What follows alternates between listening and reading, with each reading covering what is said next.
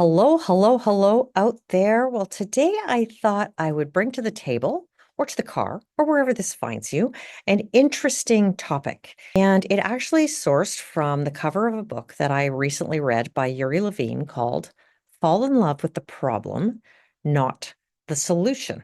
So take that in for a second. Fall in love with the problem. Feels like a contradiction to me. And certainly when I saw the book, I was like, that seems really weird. And then, of course, it's not the solution. So, for all of us, I think, who are business owners out there, but I think all of this actually applies to all of us in general, because I think so often we actually fall in love with the solution. We're so focused on the end game that we actually don't think about the beginning game and actually what got us into the equation and what keeps us on track as we go towards solving the challenge at hand. We so quickly potentially jump to the solution. So let's just talk about this for a second. So I'm going to backtrack. I've kind of planted the seed, so hopefully it captured your attention. But let's, work through something here so that you can actually get a sense as to what I'm referring to.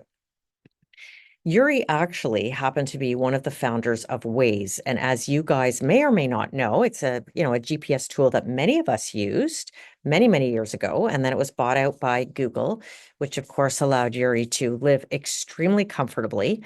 But Waze was initially founded because actually Uri and his wife and their four children were leaving a family event. So his entire family, of which at this point there had been 20 or 30 of them, had come together and they were leaving the event. And there were two routes home. It's not like there were 50 routes home, there were two routes home. And so Uri, given the fact that he was now going to get into the car with his wife and have a 3 to 4 hour drive home with four children, all under the age of 6, I believe, at the time of this story, you can only imagine he probably wanted to make that transition from point A to point B as fast and as efficient as possible. And I'm sure any of us who have had similar situations or been with people in a vehicle where we potentially feel a little trapped and want to make this process go as quickly as possible. Many of us can relate to this. So sure enough, Uri and his wife get in the car, and the positive in this particular case was that they obviously had cell phones. And so what they did is they actually left after most of the other people in their family had left. And they used this as an opportunity to check in with those people to find out what the fastest route home was. And so in the process of that, they were literally texting back and forth, making phone calls, etc. At which point the two of them did find the fastest route home, got home pretty effectively and efficiently. But in the process of that, realized that there was a gap in the marketplace for a navigation tool that was crowdsourced that allow us to get from point A to point B. And at the same time, do that in a way that navigated us around traffic patterns, etc. And I'm sure all of us, I don't know about you, so I shouldn't say all of us, but I think many of us now so aggressively rely on Google Maps as soon as we get into the car or a navigation system, less so because we actually need to know how to get from point A to point B, and more so actually because it helps us manage our traffic patterns. And so in this particular case, I mean, it was a brilliant piece of learning to realize they knew how to get home. And it wasn't about the ability to get home. It was about the ability to get home as effectively and efficiently as possible.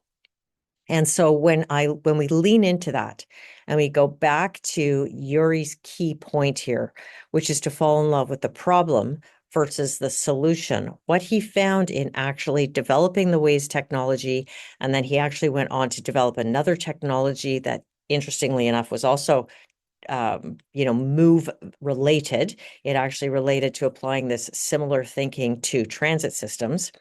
What he discovered was initially when they were developing the technology, the focus was on how quickly you could get from point A to point B and just sort of figuring out, okay, well, we could give people many routes and they could just actually arbitrarily choose the route. There would be different ways to solve this problem. They'd get maybe some crowdsourcing, maybe some different metrics. But he found that when they were initially focusing on it, they would quickly come up with solutions and at times not fully address the problem at hand. And so it wouldn't address that there was a shift in, as an example, traffic patterns that happens because of a different day part, that there was a shift in when perhaps there were more officials, such as the police on the street, as a result of now traffic being monitored and speed limits being monitored, that there was a shift in patterns because we'd gone from daylight to sunlight, all of these different things. And what he found was, as they started to focus on more of the problems that came up as a result of the technology that they were creating, that actually they came up with better solutions. And so the point actually in his book is that when you're focusing on the problem, you actually start to focus and develop and identify more and more problems. And as a result of that, as people start to sort of play that role of devil's advocate or test out your methodologies, that you're actually ahead of the curve. So you are proactively developing a product or service which allows you to now address those issues in your development so that you're actually better providing providing a better customer service experience. In addition, what it also does is it allows you to constantly be in a mindset of iteration and development and innovation. And I think that was actually another fundamental piece because things are constantly shifting as it is. I mean, we know that change is inevitable. It feels like it's happening more rapidly than any of us can keep a handle on. And so if you're constantly focused on the changes and the problems that you continuously need to solve, then you never become stagnant in just providing a solution. I think I'd have to call out as well at this point, if we look at the products that Apple is continuously providing. I mean, let's be honest, do we need Apple number 16 or iPhone number 16 or iPhone number 17? I don't even know which iteration they're on right now. Do we really need that incremental camera or that incremental this, that incremental that? But if you look at the way that they have innovated over the years, they have definitely been focused on all of the different adaptations that we are constantly using and the demands that we're constantly placing on the technology that is in our hands. And as a result of that, that technology is constantly improving. When we look back, when the iPhone, which even in its name now feels like it's not an appropriate definition for what it provides, but in its initial incantation, it was in fact a phone. And now when you think about it, I sometimes, I'm a mom with 3 young adult children, and I actually routinely, sarcastically, and probably sounding somewhat patronizingly remind them that it is actually a phone. And so that you can use it to talk to someone voice to voice and face to face. And they would obviously smack me if they could hear me say that right now. But the truth is, it has evolved so rapidly from its initial development stage to what it is today. And that is a result of Apple really having the focus on constantly updating as we push our technology to do more and more and more. So I think this whole notion of falling in love with the problem feels like such a contradiction. And in fairness, when I first saw the book, when I first was, saying it to you, I'm sure you kind of go, how do we fall in love with the problem? Said no one ever. I'm looking forward to that problem so that I could fall in love with it. Like, honestly.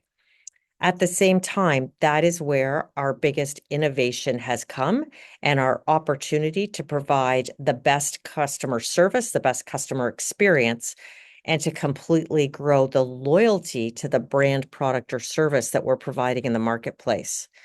So while on the one hand, this feels like, oh gosh, this is a problem that I'm trying to wrap in a pretty package, it's actually the reverse. This is the opportunity for us to ensure not only viability, but long-term sustainability for whatever industry we are in. And I think this applies if you're an owner operator, this applies if you're a manager or a leader in an organization.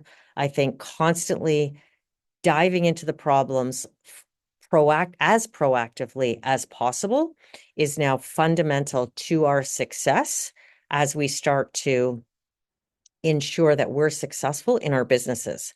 And I think as we do that, it's obviously validating. Does this feel as though this truly is the correct problem? Is this a problem, or is this a self-identified issue? But are we actually seeing that this is affecting more than, one or two individuals out there, that it's actually, a greater solution that we need to provide? And then obviously this means that we really have to embrace constant development in whatever it is that we're providing. What worked yesterday potentially might not work again tomorrow and might not work again the next day.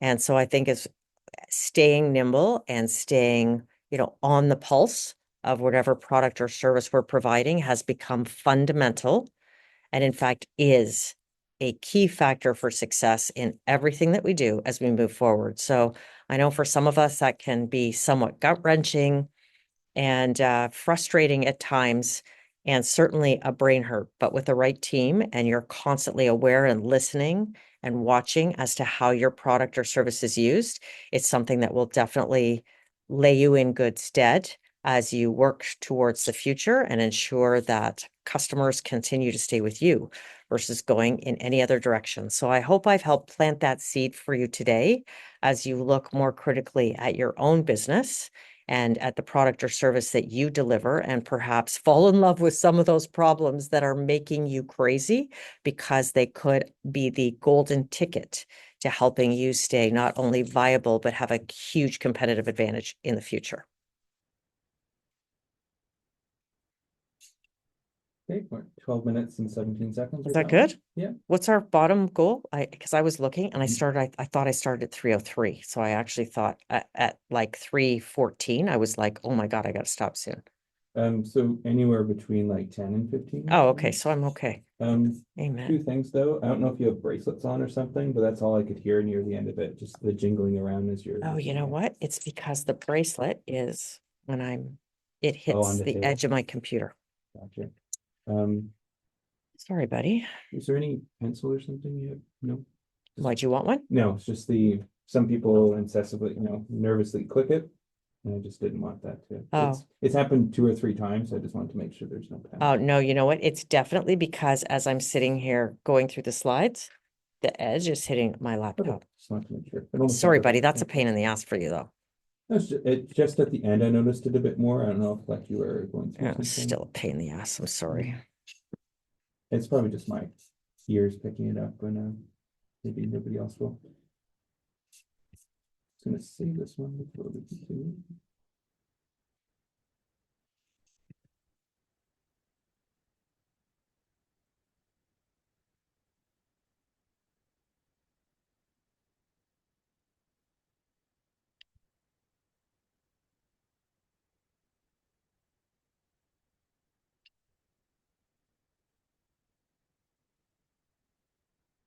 Actually, I lied. That was 11 minutes and 30 seconds. Oh, We talked for a you bit. lied.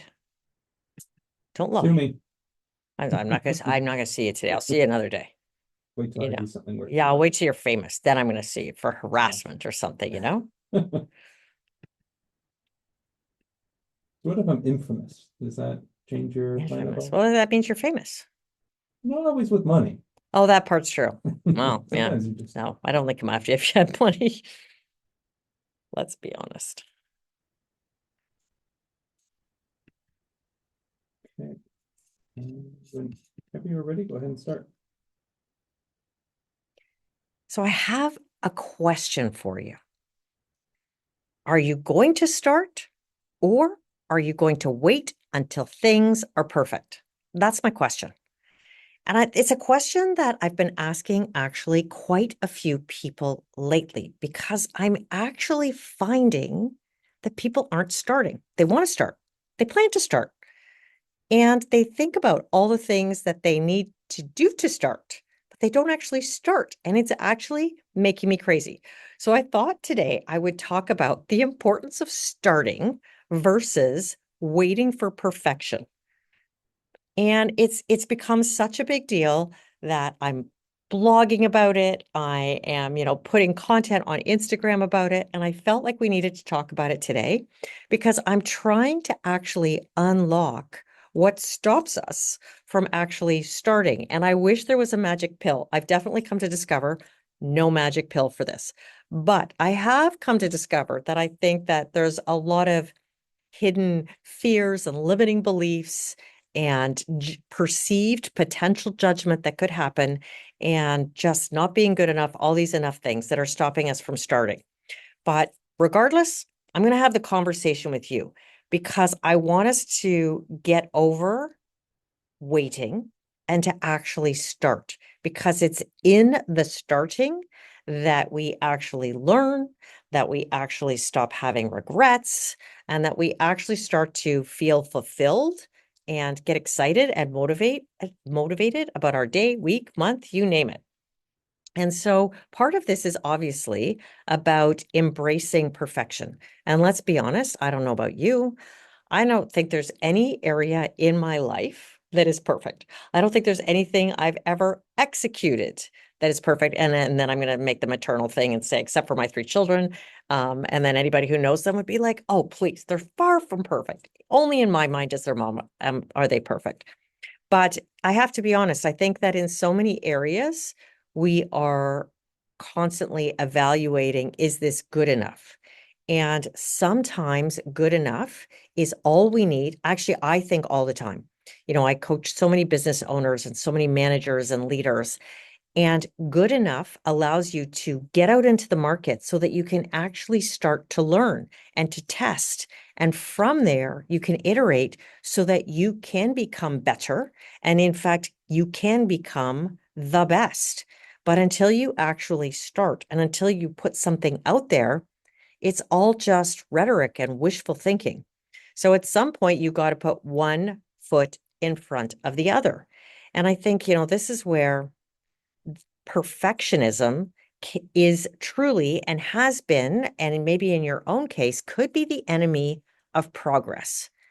There's this curse of perfectionism where we're constantly striving for this, perfect situation. And as a result of that, we actually miss opportunities, we miss adventure, we miss magic and excitement in our life because we just stand still. We choose not to participate. And so as a result, time, development, everything that we have the opportunity to experience stands still because there's such a fear that it's going to be anything less than ideal or perfect. But then once we actually start to make the small steps, we actually start to feel as though we can make meaningful strides towards growth and towards development. I feel like it's a silly analogy because I feel it gets played back to all of us all of the time. But let's go back to our childhood. The first time we started to walk, and we see this on TV, we see it everywhere. Everybody starts to scream, and it's like, oh my God, they started to walk, and it's their first steps. And, look at the baby, and the grandparents get pictures, the aunts and uncles get pictures, and it's like the biggest hoopla ever. But the truth is, those first steps are far from perfect. And yet we have this big, huge celebration over the very first steps. But those steps are just the beginning of a lifetime of steps and moving towards different objects and moving away from different objects. And yet they started off so unintentionally awkward. And yet they lead to such unbelievable potential and opportunity and such a great journey ahead. So if we use that as that slight little bit of an example, when you think about it and you hear that cheering as a child and how excited everybody gets at that little step, imagine now as a child how that was so inspiring to get us to move on to the next step and on to the next step and move forward. And so, of course, we go from crawling to walking to running so quickly. Apply that now to our business lives or our personal lives. All of the times when we have held ourselves back from actually starting because we're afraid of what the step after is going to cause or take or be. Sorry, I got a cough for a second. Actually gonna have to take a sip of water. Is this gonna mess everything up? You just edited it. Okay, sorry. Probably. All of a sudden, I don't know if it's dry in here or dusty in here or both, or me. Need to wet your whistle. And drinks and food are outside. You didn't even say Yeah, anything. get I'm the hell so out. sorry. No, I break the rule every Mm. day. All this technology too. Oh, sorry, buddy. Thank you for that. I'm so sorry. Remember where we were? Actually, can you go back 10 seconds so I can hear it? Is that feasible? I have to stop the recording. I'm just gonna remove all the Sorry, buddy. So I'll play the last 10 seconds Perfect. or so, and then give me a second to start the Of recording course. again.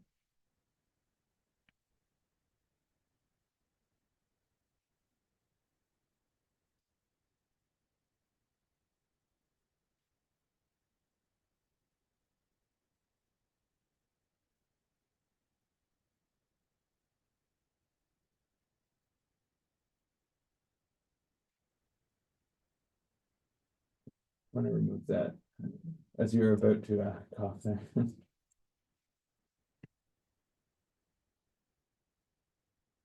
So let me give you some perspective on what the actual cost of waiting for perfect conditions is. On average, and this is according to, research from Harvard, Stanford, a whole bunch of different business schools actually kind of came together and evaluated what is the cost of waiting for perfect. So it sounds like a funny piece of research, but the truth is all of them are in the entrepreneurial and business development space.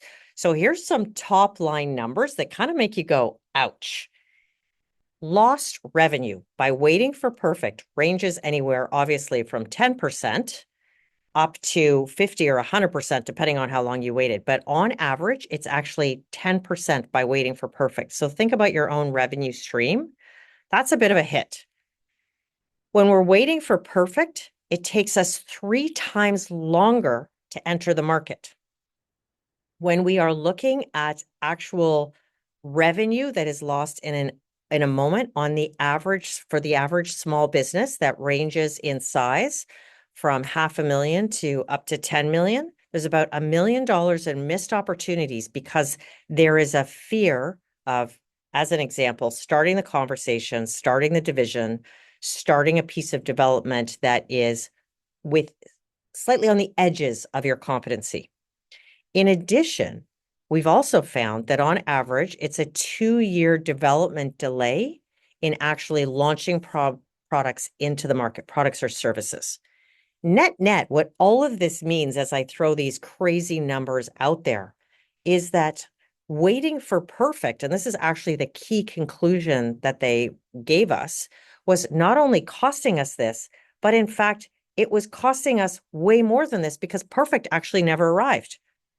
And I think if you ask anybody, unfortunately, we cannot ask Steve Jobs, but if we could, he would say none of the products that he launched were perfect. Jeff Bezos would say none of the products that he's launched or the services that he's launched are perfect. Elon Musk would say the same thing, but it's in actually launching the very first product that they've been able to go on and develop better and better and better products that I think we could all agree are still far from perfect. And so as we look at that, I would ask you, what is holding you back from actually starting? And what implication is this having on your life? Because at the end of the day, overcoming that fear of imperfection and actually embracing it is going to trigger you into an entirely new and different mindset. You're actually going to find that by jumping forward and actually starting, that your mindset is going to change, your mood set is going to change, you're going to look at mistakes entirely differently than you do now. Really interesting. They found James Dyson's old logs of all of the iterations that led up to the Dyson vacuum. And it was literally how each iteration then supported the next. There were 5,100 iterations of the vacuum that we now see on the market that preceded what we actually see.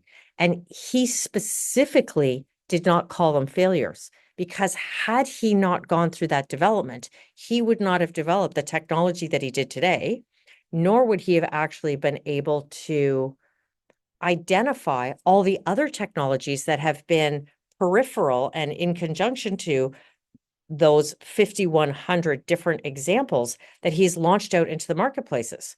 So I think that's the other key piece, is as you start to look at what you learn by putting something out there, you actually start to reframe what we would historically, or under a different lens, have called a failure, and actually start to see it as a piece of learning. And I know we get that played back to us all the time.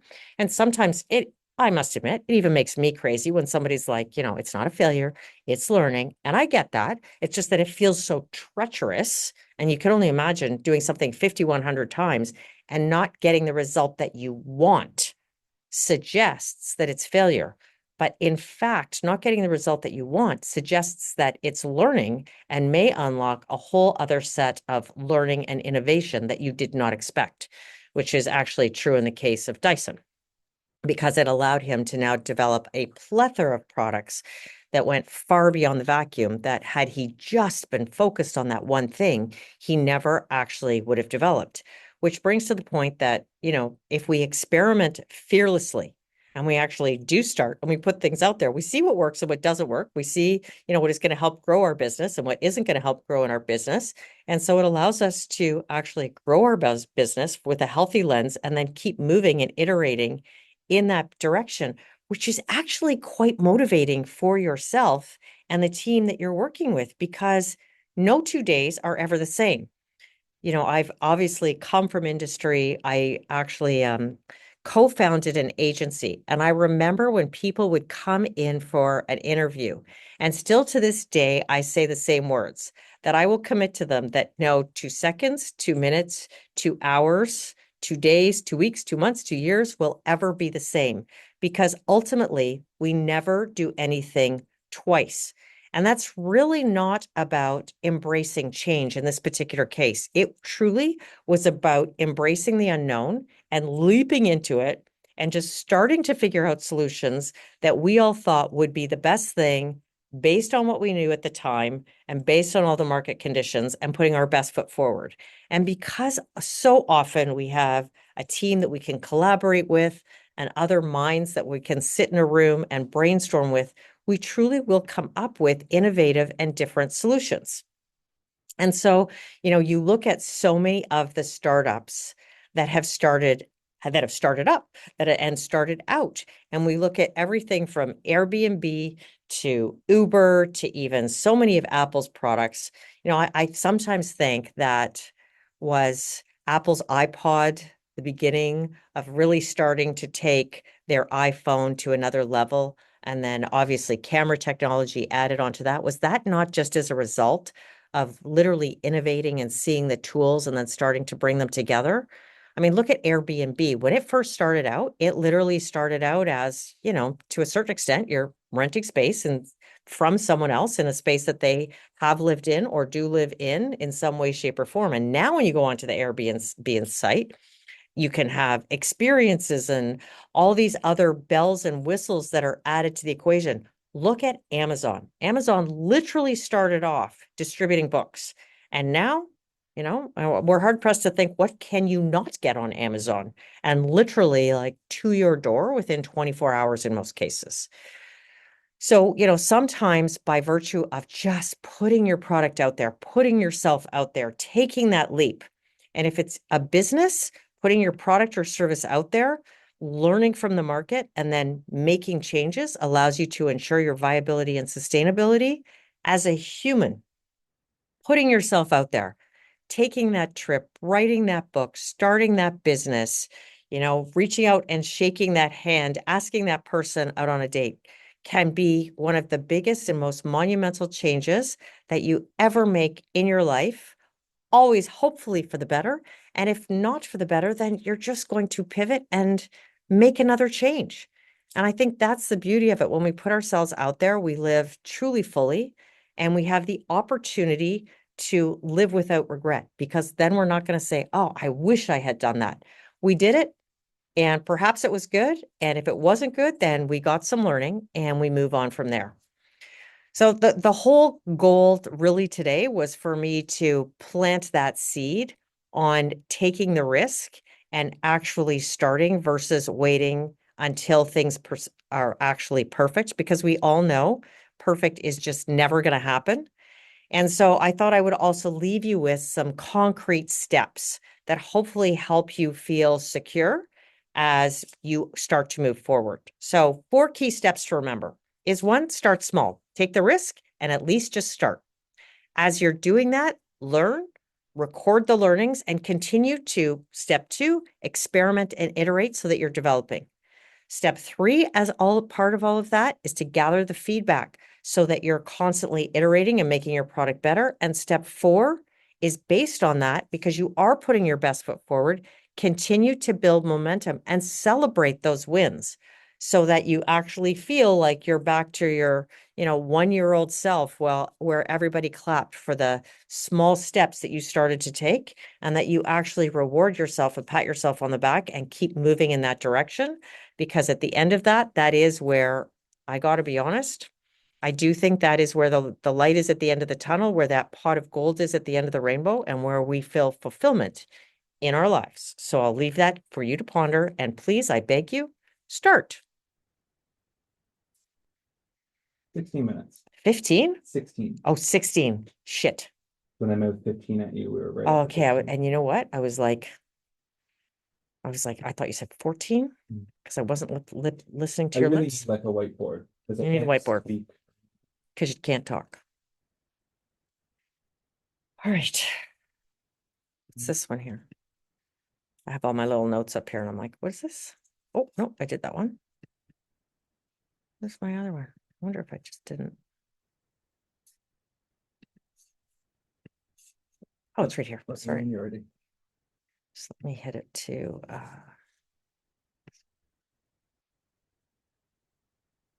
Do you want to do one together at some point? I'll do this one. Then do you want to do one together? Do you have anything you want to talk about? No topics are coming to mind. No topics are coming to mind. Hmm.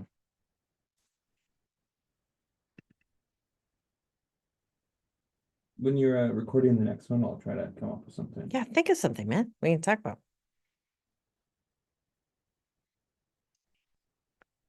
You tell me when. Tell me when. Whenever you're ready.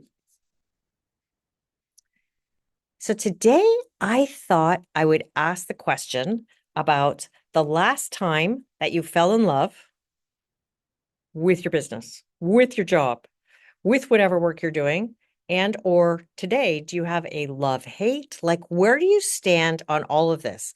And it's actually become a key topic for me, because I'm finding that so many of us, let's be honest, at the beginning of a journey, and it doesn't matter if it's a relationship journey or if it's a work journey, we get super excited. And I think we have, rose-colored glasses. And I think, I coach a lot of business owners and entrepreneurs.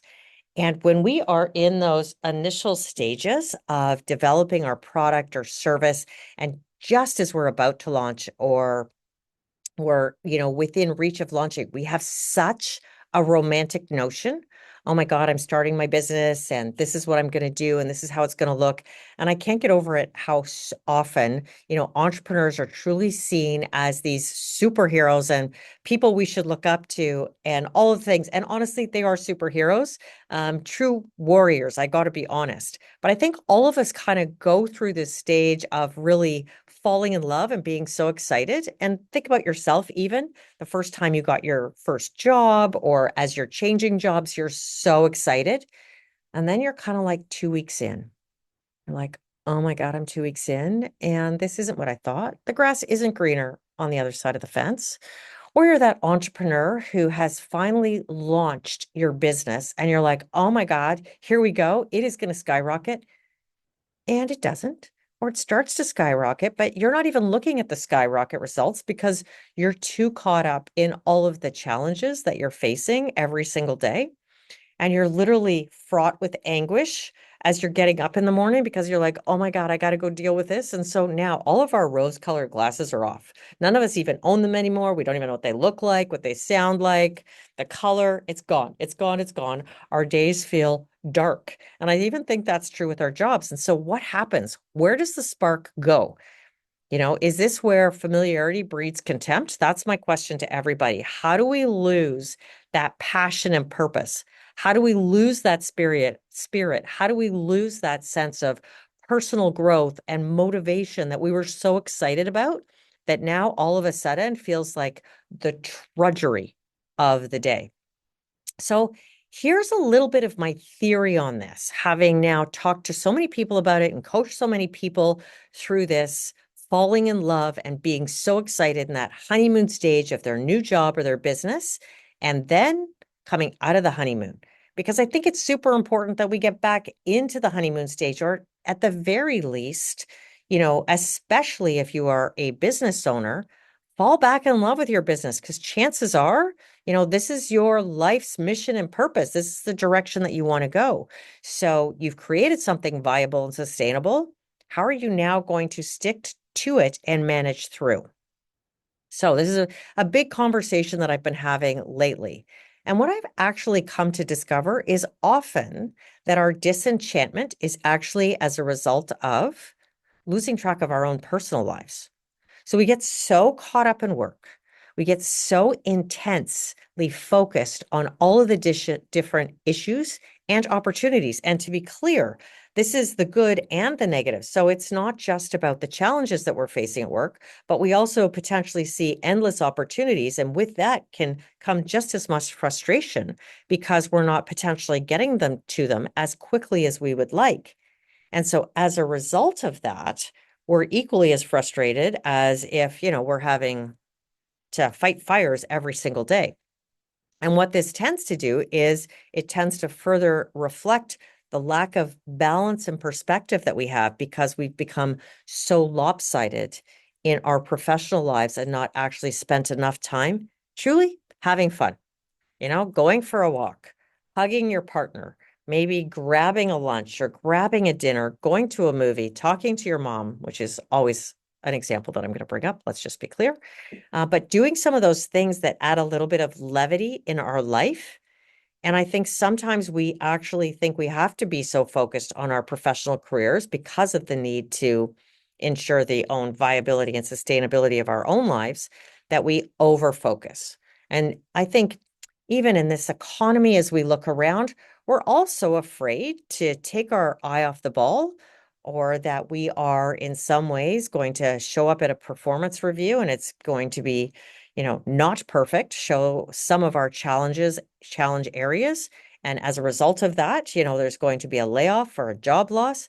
And let's be honest, we've witnessed that all around us in the past few years from people that we know are top-notch performers. They've been peers and colleagues or family members. You're like, oh my gosh, what is happening out there? So of course there's a fear to take our eye off the ball. But the truth is, in taking our eye off the ball and doing that with an intention, we actually help to balance our own physiology and perhaps bring back so much of that passion and motivation that maybe we lose. And maybe that's part of the catalyst as to why we do potentially get moved out of a job or an opportunity.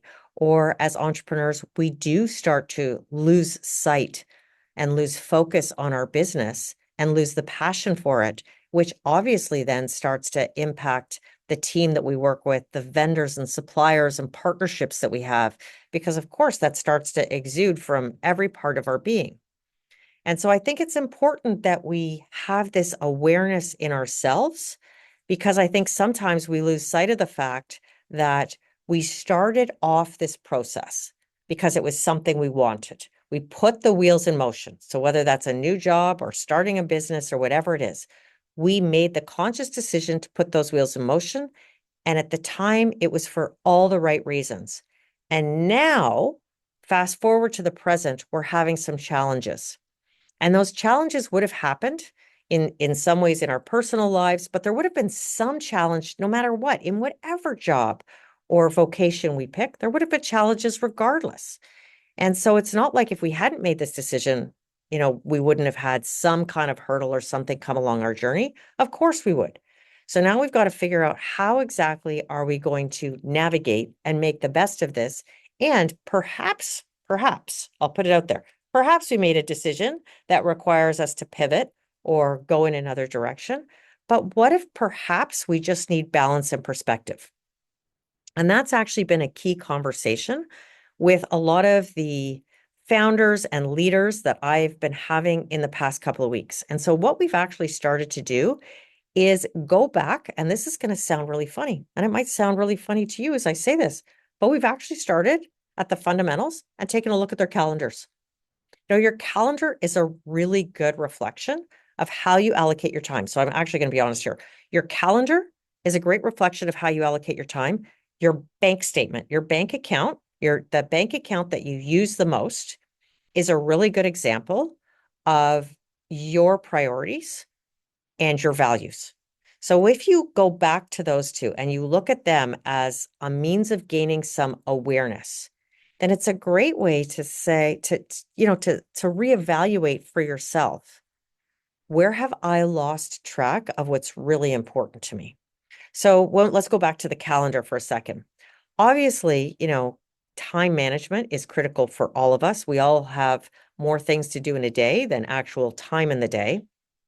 So perhaps taking the time each day, each week, each month to actually set up your milestones and set up what you need to get done and realistically can get done for yourself professionally is what you put in the calendar first, because let's be honest, we need our professional lives in order to ensure the sustainability of our personal lives. So let's just call it.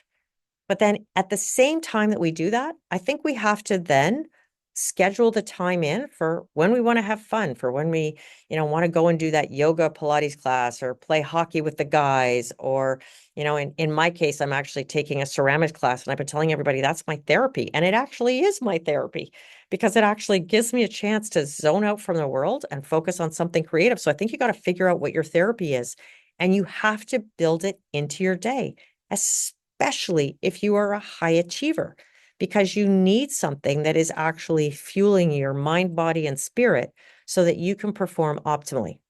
So I'd say first and foremost, take a look at your calendar.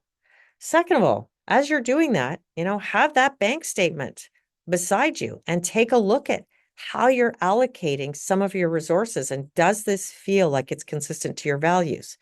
Are you spending dollars in areas where it's just not feeling right to you? Because at the end of the day, that's actually impacting you physiologically as well. Whereas if you're spending your dollars on areas and on people and on initiatives and experiences that are important to you, then chances are we might not even be having this conversation because you are feeling a degree of balance in your lives and perspective.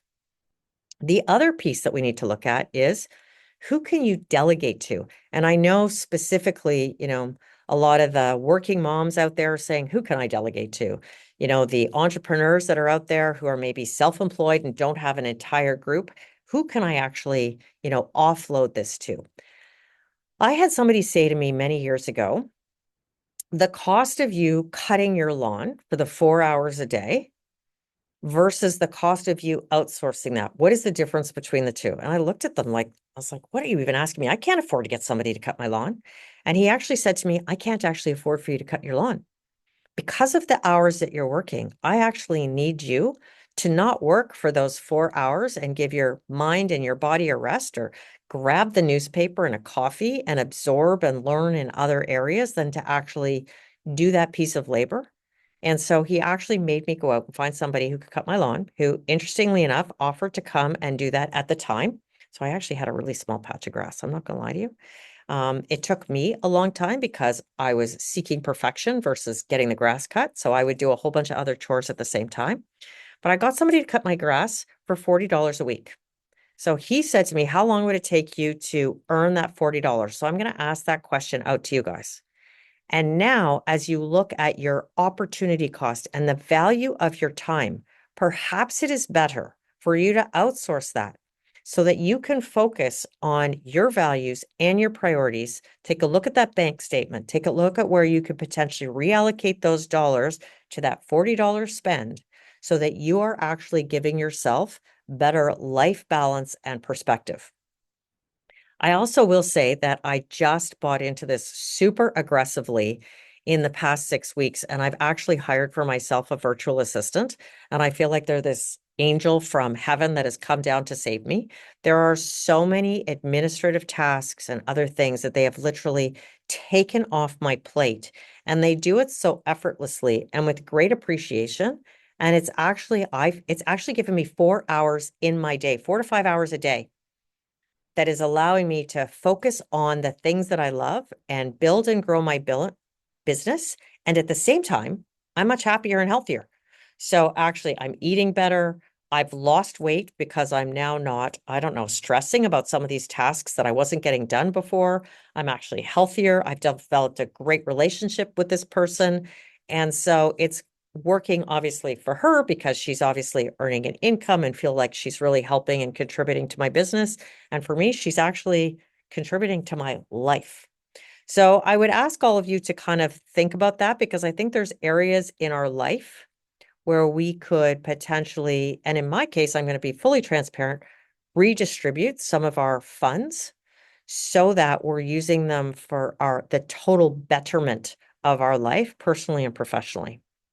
And I think sometimes we don't do that, and we get so focused on, no, I got to make money, I got to do this, I've got to save, etc. But what if actually making that investment freed up that mind space and that physical space so that you actually did relax and you did chill, and from that came bigger and better ideas and healthier ways of living for you that in fact enhanced your life financially and other ways, in ways that you never ever could have or would have imagined. I think mental health is something that so many of us are taking out of the proverbial closet. We're talking about it so much more nowadays. And I think, it's a struggle to find silver linings to COVID. But I do think a silver lining is that we talk much more openly and freely about the challenges that we face personally and professionally. And I think that part of that was, as we went into COVID, we all complained about work-life balance. Then we went into COVID and we completely lost work-life balance because we were all at home. And so it was just one continuous thread, honestly, of work and then chores. And it just became this continuous flow with very little break because, in fairness, I want to use the word trapped, but the appropriate word is confined to small spaces in our homes. So as a result of this, we had to be super conscious and cautious with our time and energy. So I want to beg and pose the question to all of you as you are looking at the current situation that you're in and trying perhaps to reignite your passion and reconfigure your perspective so that you continue to go back to that point of passion where you were when you were excited about the job, you were excited about the business. So I'm going to ask you to go back to those times and really reflect, remember what you love, and try to figure out, what you're not loving and what you can actually change. Bring back some of those things that you actually loved doing and delegate the things that you don't love doing or that honestly you're just not great at. And define for yourself what a good day looks like and start to pattern your work and your energy and your needs in that direction so that as you are moving forward, you're motivated and inspired. And then when you do fall off the rails, you know that, this is how I can get myself back on. And you have that experience of resilience and falling back into love again. Because at the end of the day, we do have lots of years of working ahead of us. And so we need to find a way to frame it for ourselves so that we can have the happily ever after and fall back in love with the work that we do, because in that lies our fulfillment and helps us live the lives that we truly desire and deserve. And I wish that for all of us. 16 and a half minutes. Oh, fuck. Getting longer and longer. I'm sorry. You know what? It's because I'm using these documents to help myself, and I do all of them to 15 slides to help trigger me, but maybe I'll reduce the number of slides as I go forward because I tend to spend a minute per slide. So I'll do that for the next time. Sorry. I don't know if you're like this, but whenever I write a script, sometimes my brain will get like an extra fact. It And I'll does. just Oh, slide it in. 100%. Oh no, I've gotten totally extra So then facts. the 1 minute script turns into like 3.5 minutes. I Yeah. just keep adding stuff. So that's why I'll reduce the number of slides next time because I did them all to 15 because I skipped some, but I think I have to go back. Okay. Did you think about what you want to talk about? I have no idea. I've been trying to brainstorm and nothing's driving it.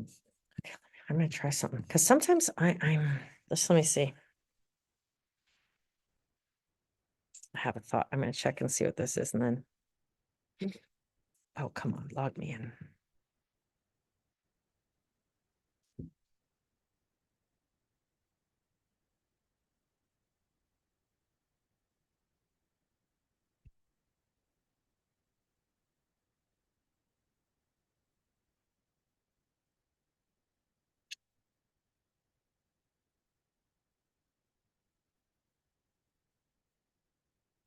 Oh, I don't like any of those. Let's just see.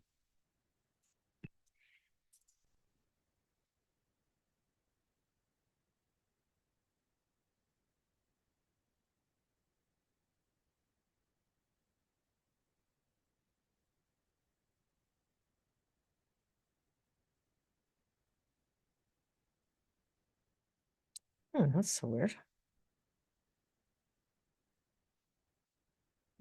Let me if I go here.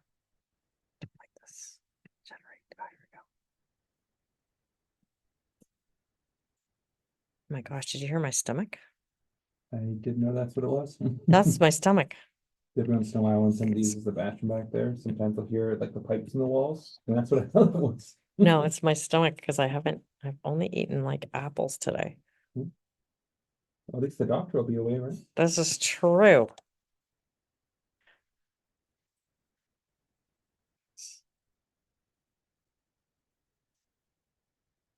Ever since I switched to afternoons, I usually drink coffee, and then my first meal is dinner when I go home. That's the I just, problem, right? I mean, sometimes I'll buy a muffin, but I'll get like 1 or 2 bites out of it, and I Yeah. totally forget. Not hungry. I've been fasting till 12, but today I fasted till 12, but then I only brought an apple with me and I was like, okay, that was kind of dumb. Kind of dumb. How much do you talk about AI or is AI actually impacting you? Yeah, that's definitely a I feel like that could be a good topic because we're coming at it from two different generations, potentially two different perspectives. I don't even know what your perspective is on it. So I think that could be, if we just leave it at that and talk about some of the tools that are out there, because I probably use different tools that you'd use and that sort of thing. yeah, no, that's Want to a do good that? topic. Sure.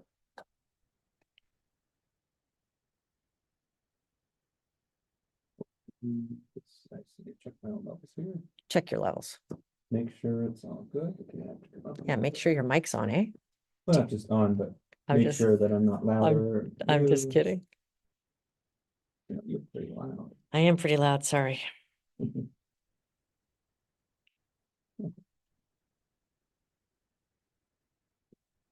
Whenever you are ready. AI. How do you feel about it? Does that freak you out? Did the very letters freak you out? You know, it's so funny. I find that it goes from sublime to ridiculous. 2 years ago, everybody was so freaked out about AI and there was a lot of resistance to embrace it. And now I feel like, oh, AI is the conversation of the moment. We're all using it. We're all trying different ones. So I thought we'd have a conversation about it today. And of course, I invited my good buddy, Robert Baird, here to sit with me and have the conversation, which I think is going to make it even more interesting because we come from two totally different professions. We're obviously two totally different people, and we also come from two totally different age groups. I embarrassingly will say that, you know, Rob could be my son. He's the same age as one of my kids. And so I think even that generational conversation and tension could help us chat about AI and really maybe give you a sense as to what we're struggling with, see what you're struggling with, or if you're not struggling at all. So, Rob, AI man, what do you think? Are you using it? Just like share. Well, I'm have a few different opinions about AI. Like, as on one hand, it is a tool that we can use to both make our lives easier, more convenient. Yet the coding of AI sometimes steals from people. They're creative, especially like AI 100%. generating pictures or videos. a lot of it takes from actual artists and use it unlicensed. And I don't know if a lot of people out there ever use Adobe products, but Adobe recently changed the terms of service to basically whatever you create in their program gives them the right to use it for AI generation. That's So if you big. pay money to use it to create, they get to steal it and they don't get to pay you for it and they don't have to even tell you about it. So you're using it as a tool, Yeah. and now they have Well, full rights, and you're paying for it. yeah. To be clear, you're paying for that service. I'm not using AI really. Like there's one program that I use and it's to change the tone of your voice. Like I could basically take a clip of my voice, run it through this thing, and I could sound completely either like a British guy or a woman if I wanted to, and it keeps your same tone and inflection. Oh, that's So cool. it doesn't sound like a robot. It's as much as like if you want to get really high pitched and then use funny with your voice, it can basically just generate this. So like for Wild. commercials or for like producing anything, so much easier. You don't need a voice actor because I can just do it myself and switch it around. But then when you get into you can take a minute clip of say your voice and I can make you then say whatever I want because I can recreate your voice using AI. Where's your rights with that? Where's your, hey, that's not me? All of a sudden I get you fired because I can have a clip of you saying something awful. So like, where's the limits? That's terrifying. I mean, come on, like the Swifties are out there loud and proud this week. So if I'm Taylor Swift and I've got this big concert where we all know the astronomical prices for the tickets are out there, am I afraid that somebody could actually, obviously, very easily get recordings of my voice, because this is what I do for a living, Mhm. and now put a song out that's potentially my voice, but is not me? That's terrifying. Yeah, I mean, for Taylor Swift, I'm pretty sure she's okay Yeah, because she's like probably she has okay. a lot of money. But for like everyday people that don't have an army of lawyers to sue for their likeness being Oh my used gosh. or to fight for their, yeah, I didn't say that, but in today's world with social media, it's often guilty till proven innocent. Very true. So It's true of the it's a world. very damaging tool that if you regulate, like who regulates it? Somebody that either doesn't use AI, so they're in favor of getting rid of it completely, even the good uses, or do you have somebody that's pro AI and will just open the floodgates because it's their money? Hmm. Like, who do you give that? You're in charge of deciding what's right and what's Yeah, wrong. we can't even figure that out on Yeah, other issues in our lives as we sit here on November the 13th and just leave it at that as very, we look at the very politics true. in our world right now. So we're not going to go there, but it's a totally valid point. I mean, let me ask you honestly, do you use AI either day to day or weekly or in any way in your life? Are you using it all? I mean, I'm in the process of kind of doing my own audiobook thing, so it's definitely a thought of do I reuse my own voice so I don't need as many voice actors, but then as somebody who did freelance voice acting, do I want to take jobs away from potential voice actors? So I'm of the opinion that Hmm. on one hand, you are taking away jobs if you use AI, just like self-checkout machines for Hmm. cashiers. Yet on the other hand, AI, especially there's some programs out there where you can do video prompts and then stick the video prompts together. So Yep. you can make like almost a movie. Yep. So if you think how much would you need to save up to produce your own movie with directors, with Hollywood approval, with all of, yeah, Millions. millions or not even Yeah, it's almost attainable. unthinkable. Yeah, it's not attainable. I would Yet agree for with the you there. average person with AI, very soon it'll be possible to make your own full length movie True. using AI to kind of do what you can't get millions of dollars. So on one hand, we could see a renaissance of art if AI goes further. On the other hand, it might take away jobs from creative people putting their hearts and soul into things. So I think it's like anything, a tool is only as good or bad as the person using it. 100% Like agree a with you there. gun isn't evil, but the person using it doing evil stuff, well, all of a sudden it's a horrible thing. Yeah. Yet hunters to feed themselves and their families, it's a good thing. Yeah. So it's a matter of, I think, it's just it shows the morality of people using it because those that use it to steal other people's stuff, obviously awful. You know, it's such a valid point. I have a really good friend, Kelly Small, and Kelly wrote a book called The Conscious Creative. And this book was written actually prior to AI being on the scene, but it was a great book that I have a lot of my students read because we've now obviously jettisoned into AI. And I think it's a good discussion, and I think this is what you're raising on ethics and Mm. how we use it. Are we using it as a tool? Or are we using it as a means to actually put a solve out there and not give those who were potentially part of the solve any credibility for that? So when you ask it to create a piece of art in the likes of a Monet painting, you know, if you did that yourself on a canvas, we'd all kind of go, okay, pretty cool. You're learning from Monet. When you ask a piece of technology to do that, it feels as though it just makes it so easily prolific in a way that is so disrespectful of the artist and the hours and the talent and the skill that it took to develop that and the true appreciation for that. So I do agree with you that there's a big ethics and moral dilemma here.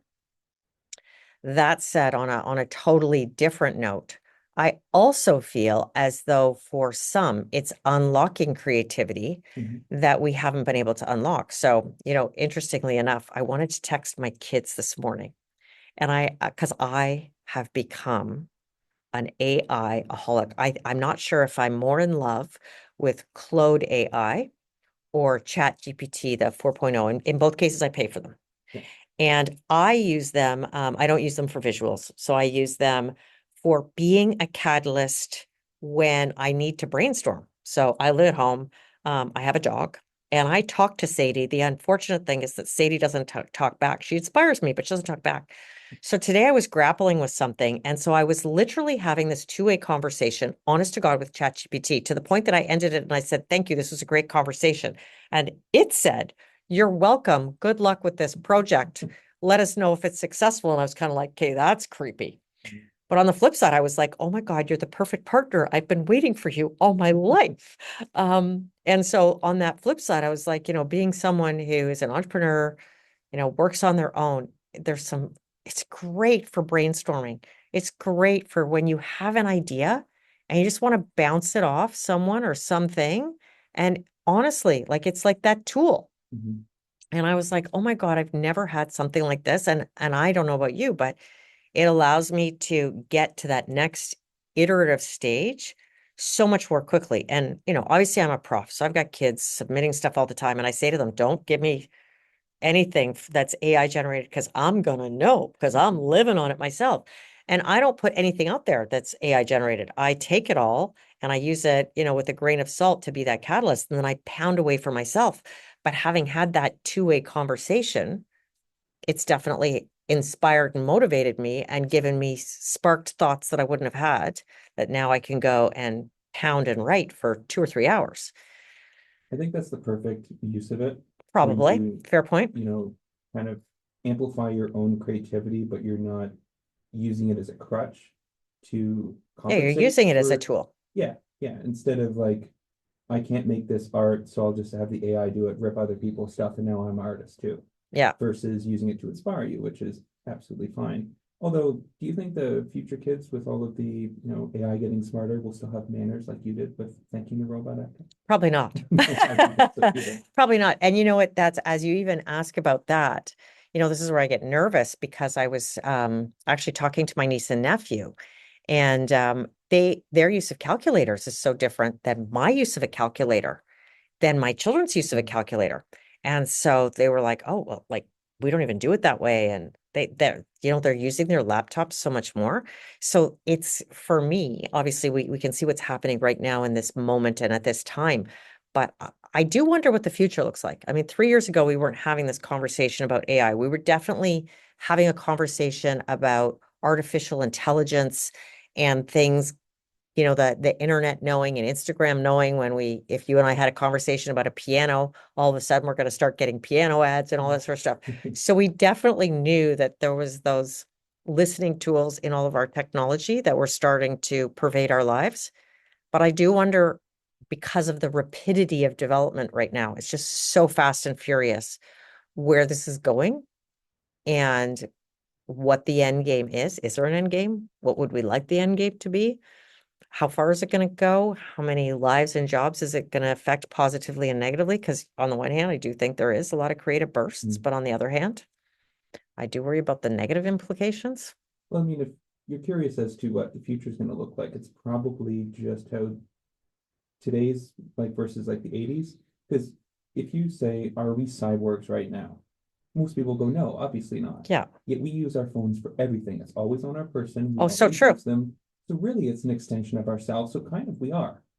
And Yeah, I mean, fair point. if you look at like say Neuralink, Elon Musk's one company where they're trying to put chips in people's heads to help Do you know I elders, actually etc. met someone who had a chip in their head and antenna?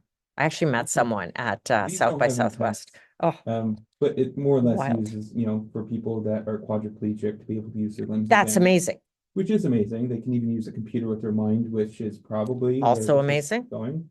But then the ugly side of all of this is because of the kind of male loneliness thing out there. AI girlfriends are a big thing. I don't know if you know Oh my much about God, that, for real? but No. there's apps on Now the I feel phone. naive. Now I feel super naive. Yeah, like There's I live in a apps on box. people's phones where it's basically like a chat GPT, except it's Come more on. or less for conversations.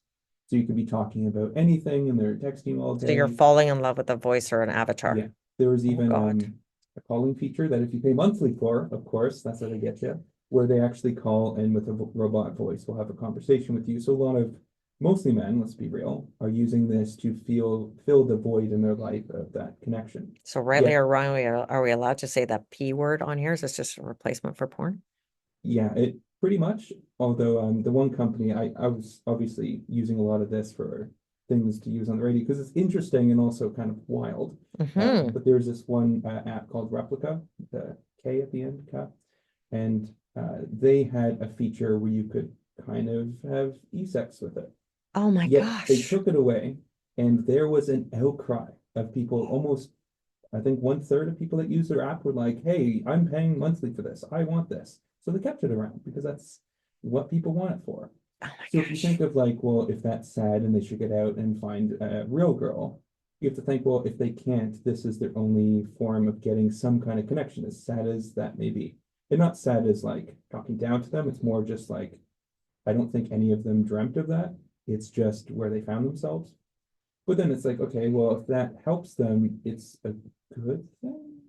Or is it a bad thing because it's stopping them from going out and achieving their life rather than just staying stuck? So it's one of those different facets that we It's never kind of think like of you're when it stuck comes in to a AI. fictitious bubble. And the question has to be, is this healthy or It's unhealthy? like And flavor. oh, yeah, only a judgment you can make for yourself. I don't want to pass judgment. It's Yeah. only a And judgment you can make for yourself. but I mean, if you ever want investing advice, Hmm. investing in those companies, I mean, they're Oh going to my be blowing gosh. up. Right? Oh, Especially with talks of, especially in like Asia, South Korea, where they're developing more like lifelike robots. It's only a matter of time before lifelike robots and AI mix into kind of robots that well, are just like you and me. oh, which is scary. So one of my students actually at each one of our classes, we have this segment called Cool Hunter, where they bring something cool to the table that is literally novel and has been innovated in the past year or so. And one of the things that we talked about was Elon's latest cyber vehicles, but more importantly, his robot. Mm. And so he launched a fictitious version of the robot Yeah. 3 or 4 years ago, and it was actually a human. And his hope was that the robot that his team was going to develop would evolve into being able to walk on stage and move as easily as a human. Mm. So he released some of the prototypes. Honestly, obviously, it doesn't look like a human. Thank God Not yet. correct. And that's the key point was that to date, they have still kept them looking like robots. His goal is to have it cost about the same amount as what he calls an affordable vehicle. So anywhere, depending on the kind of model that you want, from 25,000 up to 40,000. That obviously it would come with the ability for upgrades because obviously, they have a lifespan in the sense that what we launch today isn't still going to be current six Yeah, months from now. of Because course. so there's obviously these opportunities for upgrades or whatever you call them in the technology world. But this prototype that he released, danced onto stage, didn't actually have a voice conversation, but served food, heated up something, was proactively managing the family that it was working in and around. And honestly, it on the one hand, it gave me the shivers. On the other hand, as someone with an aging mom, and I worry about her all the time, and she doesn't want Mhm. care and she wants to live alone, part of me was like, wow, to have kind of this robot thing, I don't even know what to Yeah. call it, around, I was kind of like, wow, that's a really nice security blanket, assuming you could actually afford that. And at the same time, creepy. But then you're back into the ethics, so you're replacing 100%. PSWs, you get Oh, open touch, exactly. and what happens if it Exactly. breaks and they Oh, can't you're contact toast. anyone? Yeah. Or if it, Goes but crazy. yeah, Yeah. Sorry. because I mean, I watched iRobot with Will Smith, Yes. and I didn't know that Yes. was the And reality. so that's the scary thing. And so actually, Elon launches this with iRobot playing in the background. So you're like, okay, that's creepy. The creator's actually suing him over the likeness. It's too close to the likeness. Oh, you're kidding. Oh, I didn't know that. See, there you go. It's like, okay, Oh my God, so that's we're scary. right close to the actual We are reality. right close. We are And how right does that close. movie end exactly? Oh, I think they win. Do the robots not win? No, I mean the humans won, but that's also a movie. Oh, There's did a they? super AI that controlled all the robots because their thought of keeping humans safe was humans can't manage themselves because look at how they do it, which, fair point. But still, it's one of Again, those, let's, yeah. what are we getting ourselves into? Yeah. Because most like, Stephen Hawking, when before he passed away, he said Yes. AI is one of the most dangerous things humans can Hmm. do. Not like was one of the smartest guys on the I planet actually, or anything. Elon Musk said that. Yeah, Stephen Hawking. Yeah, seriously, not like he was the smartest guy on the planet. And I would argue that Elon is one of the smartest guys on the planet. 100%. And I saw him speak live at South by, and I remember him saying that artificial intelligence terrified him because he was like, it can be used for good and it can be used for bad. Yeah. So, as we have this conversation out there, you and I are sounding like, are we positive or are we negative? So I do want to leave this on somewhat of a high note. I think there's some amazing tools out there. You look at ChatGPT as being a support. You look at Claude, you look at DALL-E, you look at some of the song supports that are out there. You look at vidIQ that helps us create videos. Mhm. So I do think that there's some amazing technology out there. I use some presentation technology. I'm sure you use different technology here in the studio. I think if we maintain the mindset of a tool, we're in a safe space. If we maintain the mindset of replacement of humans and human value, it gets scary. And so, like you, I do hope that we use it as a tool and that we figure out ways to manage and moderate it so that it doesn't own us and we own it. Yeah, it's going to be like a mirror. It'll show the great people even greater Fair than good, point. and the bad people are going to try to use it for bad. But Yeah. it's like anything else in human society. It shows us the best of the world, but also the worst. But I have faith that the good, the The good, good will reign wholesome supreme. versions of it will come out on top. Yeah, me too. Me too. Well, if you have any thoughts out there, don't hesitate to hold back. We'd love to hear what you think and what you're using. And so don't hesitate to reach out here to us at the station. You can reach out to me on Instagram at Nicole_Galucci. Send an email to Rob. Let us know what you think. Happy to hear it, happy to share, and happy to continue this conversation. That was a long 19 minutes. I know that's your fault Yeah, because you're supposed to be watching the time. I was watching it, but we were like right in the middle, and I had another point. So